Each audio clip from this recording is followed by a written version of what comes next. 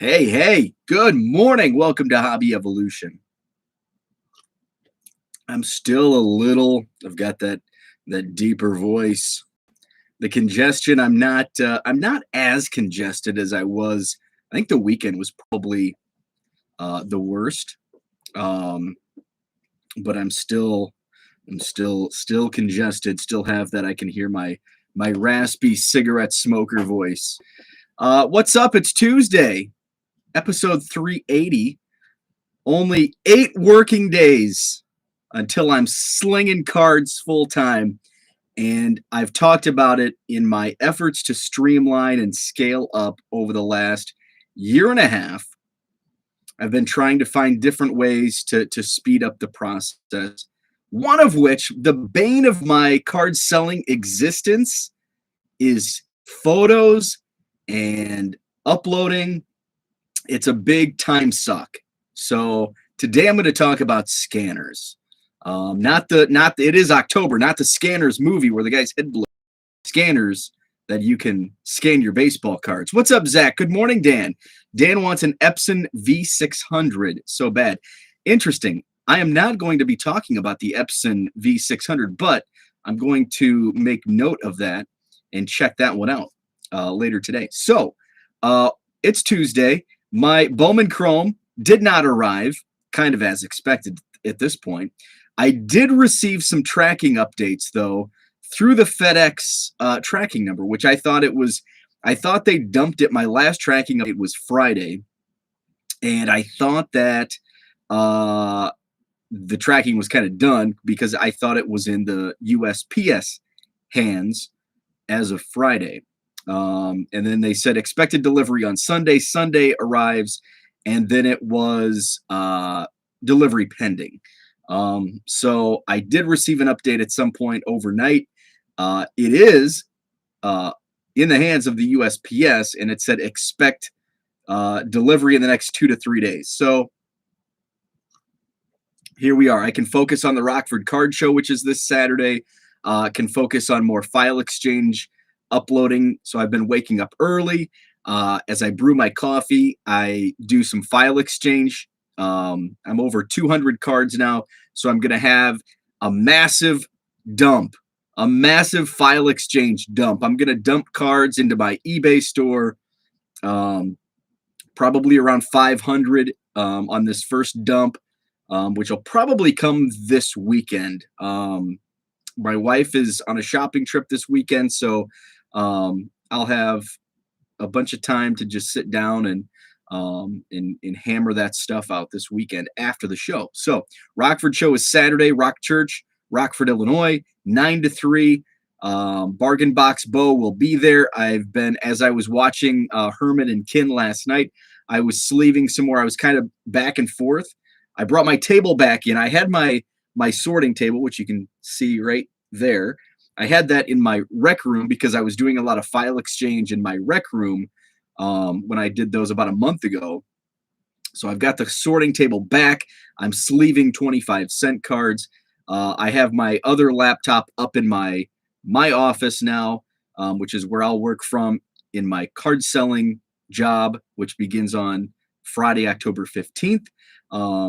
So that's so that's how that's going. So sleeving cards, getting ready for the show this Saturday. Going to be a lot of fun. Madison Card Show Saturday, October 23rd. A few more tables reserved. I think this is right now. We're still 2 weeks out, 2.5 weeks out from the show. Right now we're at like a record, close to a record, maybe tied with June. We had a lot of tables in June, which were reserved early. We've got another new vendor for the October show. A new vendor from the September shows coming back. So what's up, George? Good morning. Glad to have you. So I think October is going to be a big show. I'm going to have to go. We have to rearrange the room just because we're growing, which is a great thing. So getting strategic on getting the tables, and we want to make sure that everything is good to go. When is the next Dell show? Probably in May. I don't think they've announced it, but I would assume May. Sounds like they're going to do them twice a year, May and August. At this point, I don't know August traffic was way down. August is kind of tough. So we'll see. Morning Calm Vintage. There was one other quick note that I wanted to talk about. You seem happy with the Rockford show. I love the Rockford show. And I think, and here's why I had a bad experience, and I shouldn't even say, I shouldn't use the word bad. I was disappointed with my show in Schaumburg, and I'll tell you why. And I've shared this before. There's already a bargain box guy there. Schaumburg was a set show. It's been going on for a long time. There's a bargain box guy there. So the regulars that go to that show, they go straight. If they're looking to dig through boxes, they already know, hey, I love his stuff. I'm going to go check him out. So they'll pass my table right up. So there, it's a 2-hour drive to Schaumburg. There's a lot of tolls. I had to wake up at like 4:30 in the morning. So it was just not a good fit. But hey, it's all about trial and error. Rockford, I got in. I think I set up at their first show with all my bargain boxes, and I've missed a couple shows, but I'm fairly regular. And so the bargain box, and I'm pretty much the only, there's no other competition for what I have. A lot of tables have bargain boxes in Rockford, but not like everything is bargain boxes, where that's what I was competing with in Schaumburg. So I think I've settled into the show rotation of Rockford and Madison, my show in Madison, and then the Rockford show. And then that gives me 2 free weekends a month. Rebranded. Yeah, check out George. He's got a new Twitter, Calm Vintage. And what's up, Herman? So, by the way, check out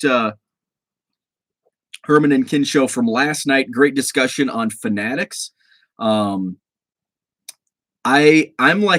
cautiously optimistic about Fanatics because I think, and I'm just going to quickly give my opinion. I've kind of gave my opinion throughout my shows here since the announcement, but I'm cautiously optimistic because really right now, there's been so much talk. Well, Topps got lazy. The card companies got lazy because, they're all on their own and the Topps website sucks and the distribution model sucks and all of that. So some of those problems will be ironed out and will be better for all collectors. But there's also going to be, if right now, I would be most concerned if I was a distributor or a breaker. Those would be the two that I would, a brick and mortar card shop, I would not be, I would have a little worry because anytime there's a takeover, if your company's bought out, there's concern, even though they say, oh, we're going to go, I've heard this line before twice in my radio days. We're going to operate as normal. It's still a cause for concern when there's a takeover. That's kind of an ugly word to use, but essentially it's true. So I wouldn't be too concerned about a brick and mortar card shop, especially for those, when you think about it, most of the card shops have been squeezed out anyway. Think about it. So their relationships aren't really with Topps and Panini. Their relationships are with, kind of the supply company. A lot of their sales come from supplies. They're getting selling singles. It's some of it. If they're selling, if they have direct accounts with Topps and Panini, then obviously there's cause for concern. But I think a lot of brick and mortar shops have been squeezed out and probably optimistic about the change because change for them would be good. I'm cautiously optimistic.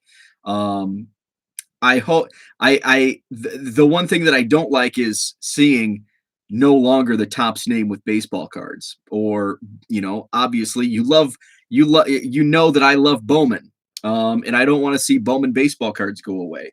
So I'm concerned about those things. But overall, I'm cautiously optimistic. I think there's going to be changes that are really good for the hobby, for for us, the collectors, I think there's going to be a lot of good come from it. I think there's probably going to be some bad. Anytime there's change, there's going to be some people that like it, some people that don't like it, some people that love it, some people that hate it. So no matter what happens, there's going to be people that are happy with it, people that are not happy with it. So just going to take it day by day. So that's my quick 2 cents on it. But great conversation. Check it out on 3B Collections channel. Herman and Ken were talking. We had, if you're familiar with wrestling podcasts, in particular Conrad Thompson's podcast, in particular Jim Ross. Conrad calls when Jim Ross gets heated, he calls him Red Ass JR. We had Red Ass Ken on the show last night. Tops is my biggest concern.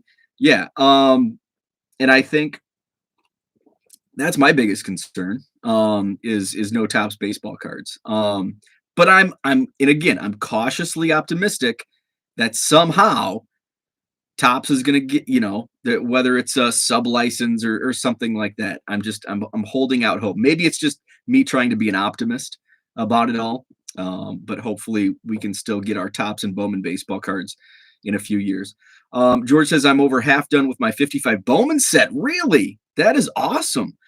Pretty much the biggest cards of the damn high series. Yeah, those are a real pain. I'm thinking Bo has a huge purchase in the future with his new venture. And a huge purchase, let's talk scanners, okay? So taking photos is the bane of my card selling existence. And File Exchange has been a huge help.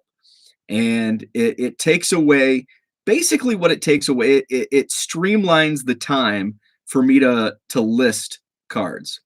It still does take a considerable amount of time to get them listed, pictures being one of the main drags, because I can type a lot faster on a computer as opposed to just holding the cell phone and doing this. I love using the app. I'm so much quicker listing cards. I can list a card using the phone app, start to finish, in about 60 seconds.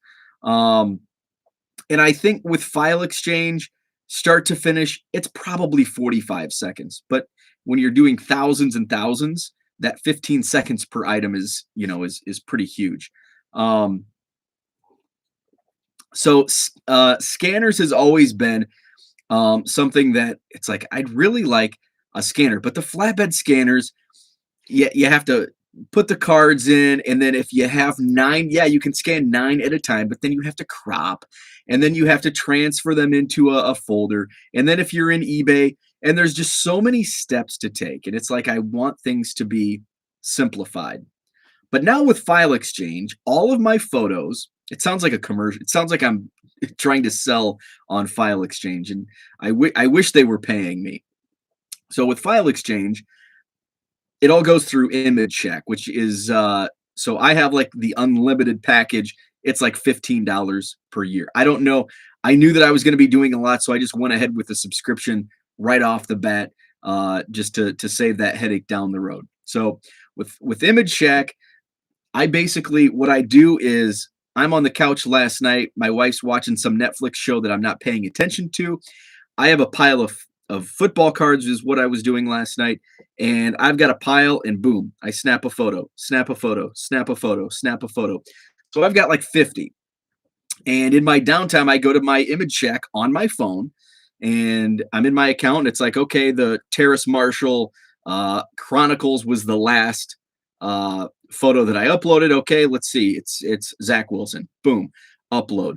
And the unfortunate thing is I have to do these one at a time. And I've figured out how to do bulk uploads to Image Check. But the issue that I had, and I only tried it once or twice, was that when I transferred them to like my desktop or a folder, they got all out of whack. So that was kind of an issue that I had, which is pretty easily solvable. And I was going back through comments from the last couple days, and I think Brad said something about the whole would you do a page at a time, copy and paste? That's easily avoidable if it doesn't go in the order, because what you can do is if it doesn't upload in the correct order that you have, you can do your just you can figure it out one of two ways. You can, if it's not uploading in the correct order that you want it, type in the order. So what I'm saying is, say you have your pictures uploaded and you have your 40, just go from top to bottom and then type into the spreadsheet top to bottom those 40 cards. Boom. And it's super easy. You just solve that problem. So I think that's maybe the approach I'm going to take if I do get this scanner. And these are some things that I'm going to be trying to figure out a little more, just to streamline it and get this stream, because I know the way I'm doing it is not the most streamlined, and I know there are ways around it to make it faster. So I was looking into scanners, and I actually accidentally discovered an article yesterday. I'm going to go to the chat real quick. So okay, George and Dan talking about 55 Bowman. So I was on LinkedIn, and if you've ever heard of Chronozio, Kronozio, it's an interesting website platform where you can scan and upload baseball cards. There's a marketplace. They have a deal with eBay where it's basically a bulk uploader. It's essentially file exchange. It's very similar to the old eBay Turbo Lister, if you're familiar with that. That was eBay's old bulk lister. It was, I think it was a third-party app, because I used it back in like 2005. So they have a link up, and they have some deals where if you buy the subscription, you can get like a $50 off coupon of a scanner. I'm not interested in that. I'm interested in the scanner. So they posted a link on their LinkedIn, and you can find, actually, I'm just going to type it in the chat. Here is the chronozio.com. The very top one is the one in the photo. I for my YouTube thumbnail, I completely stole the photo from Chronozio. Apologies, Chronozio. It's the Fujitsu FI 7160. Now, these are expensive scanners. If you buy them new, they're about $850. So it's very pricey. That's why I'm going to continue doing what I do now. And down the road, do I want to invest in an $800 scanner? We'll see. But if you click on the link, it scans around 60 cards per minute, up to 10,000 cards scanned per day. And these are, and it even says on the site, regular low value cards. So I would not be scanning Bowman Chrome. I would not be scanning $5 to $10 and up dollar cards. These would be 99-cent cards that I would be scanning. These would be 99-cent, like 88 tops, 89 tops. Not that I would be listing too many of those, but those are the type, banged up vintage. You know, I've got a bunch of 71 tops that I'm listing. Some have small creases, banged corners. Those would be easy for scanning. So what these do is they feed. So you feed the card. But Kyle Schwarber, I would never scan Kyle Schwarber. So Kyle Schwarber, you would just feed it into the scanner, boom, and it spits it out. And there's a video on that link. I think if you click on that actual scanner, it shows, and it's just spitting these cards out, and you have like a small cardboard box to catch them. There are some scanners, and it even tells you, no, you cannot scan these with penny sleeves or top loaders. Thick cards won't work. So these are your base regular thickness cards, like an 89 tops, like a 71 tops beater. So these, I would be scanning a lot of common, like not commons, but low end 99-cent cards that I would be listing in my eBay store for $1 to $2. I would not be scanning chromes. I would not be scanning Prism out of fear of scratching and all that. So that's impressive if scanning both sides at once and auto cropped. Yes. And that would be another thing. I'm going to look at some more reviews on these just to make sure they are cropped, because that's the big thing. I don't want to go back and crop all these. I'm trying to make things as streamlined as possible, but this is definitely something I'm going to be looking into. It's kind of like you're weighing that. It's like that cost benefit analysis. Like, okay, this is this is a pretty hefty price tag at 850 bucks. Um, can I get away with just I'm laying on the couch and it's basically downtime for me. I'm going to bring up a stack of cards and just take photos, and I can upload. Heck, you can upload Image Shack while you're in the bathroom. I know that sounds kind of gross, but you can be sitting there and you can be uploading and you can get some. I've done my Image Shack uploads at a stoplight. I can get 2 or 3 done during a red light. So I'm able to find just every you know, any minute just to streamline and make these anything I can do outside of sitting down. Because here's the thing, if I have the scanner, yes, I can scan these really quickly, but guess what? I have to be sitting at my desk to scan those cards. It's kind of the opportunity cost. Because if I'm laying on the couch, I can't be scanning, I can't be taking photos or slash scanning and uploading to Image Shack. I have to be actually sitting at the desk. So there's that opportunity cost where what am I doing with that extra time? If I'm at a stoplight, hey, I can hammer out 3 or 4 uploads into Image Shack where I don't otherwise if I have this scanner, not only is it a $850 cost, but I also have to be sitting at the desk where the scanner is. So, is it going to scan enough cards? Is it going to crop?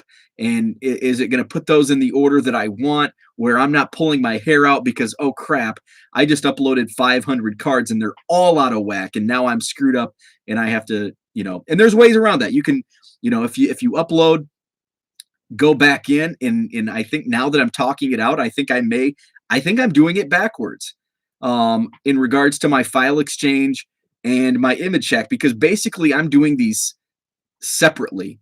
So I'm at a stoplight uploading photos. I'm in the morning drinking coffee and typing out file exchange where it's like, oh crap, did I double upload where if I copy and paste, there's going to be 2, it's going to be out of whack.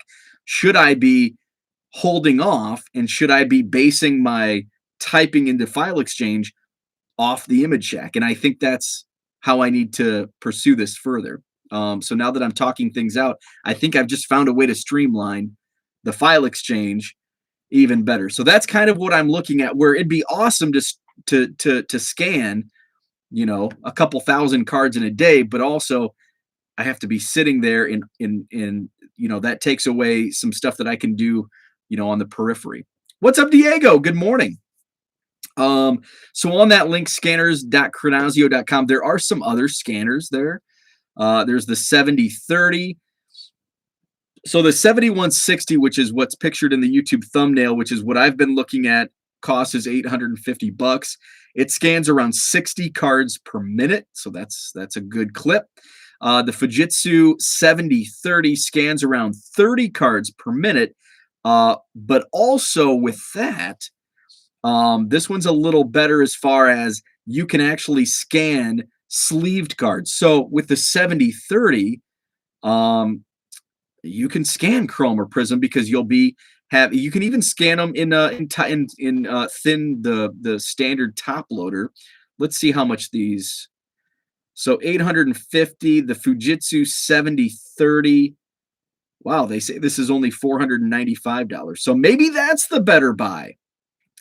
The Fujitsu 7030, because you can actually scan those in penny sleeves, so you can scan a wider array, more variety. It's slower, it's half the speed as the 7160. You can get up to 4,000 cards per day, which I think for any of us, even for the volume I have, I can get away with that. The 7180, that's basically the same as the 7160, except it's a little faster. No penny sleeves or top loaders on that. And then there's some flatbed scanners, which I do not like flatbed scanners. So I may look into that 7030 a little bit more, because at that $500 price tag, that's a little easier to swallow. And you can get more cards. So it's kind of like weighing the benefits and the drawbacks, where you can scan less, but you can scan more variety, less volume in time. So kind of weigh that out. So those are some things that I'm going through. And again, these two scanners that I'm talking about, the Fujitsu 7160 and the Fujitsu 7030, you can read more about is how they're tailored to baseball cards on the Chronazio website. And I have that linked here in the chat, scanners.chronazio.com. You can look at those. And then for pricing, just check out Amazon. That's where I went. Go to Amazon. They'll have some reviews. Now, if you go to Amazon, it's not going to be really tailored to baseball cards. It's going to be tailored to printing in general. Go back to the chat. Diego says, happy day picking up my son from the airport. Awesome. Wish I lived near you and scanned them for you in an hourly wage. That would be awesome. I've been going through all the emotions as I prepare to go into this full time. And yesterday I'm like, it's like, okay, here's my sales have slowed down, but I think it's not cause for concern because I haven't really uploaded any new items to my store in a few weeks. So I know that the volume of sales is going to drop with that. But my inventory turnover remains constant. So that's what gives me, that's what makes me feel better about the lack of volume sales is the inventory turnover continues to consistently stay around 1%. It's been 1.0 to 1.1%, which is what I projected. That's what all my sales were projected on, was right at that 1% mark. Sometimes it'll get up to 1.3, 1.4%. At the peak of the hobby back in the last winter, we're talking January, February, March, that inventory turnover was around 2% at about the same volume I have listed. So that's like, hey, up here, but also have to take into consideration, what if there's a continued drop off and we fall to 0.5 or 0.6%. So I had to run all of those numbers. So I'm happy that without adding any inventory, that turnover rate has consistently stayed at around 1% of my total inventory on a daily basis. I'm looking at the numbers and it's like, okay, I can probably, what if I did have this scanner and I could scan, all of these cards, multiplied by 1% or even 0.7%, there's a drop off. And then it's like, there's no way I could ship that many cards. I would have to hire at least one person and probably two at an hourly wage. So Dan, if you ever come back to the States, you're hired. You're my first hire. You can scan cards for me. You'd be able to scan the 87 top set in 13 minutes. I love it. So scanners is what I wanted to talk about today. Again, I just stole all of that information from Chronazio, scanners.chronazio.com. That's it for today. Thanks for tuning in. Again, check out Herman and Ken's show from last night on the YouTube channel, 3B Collection.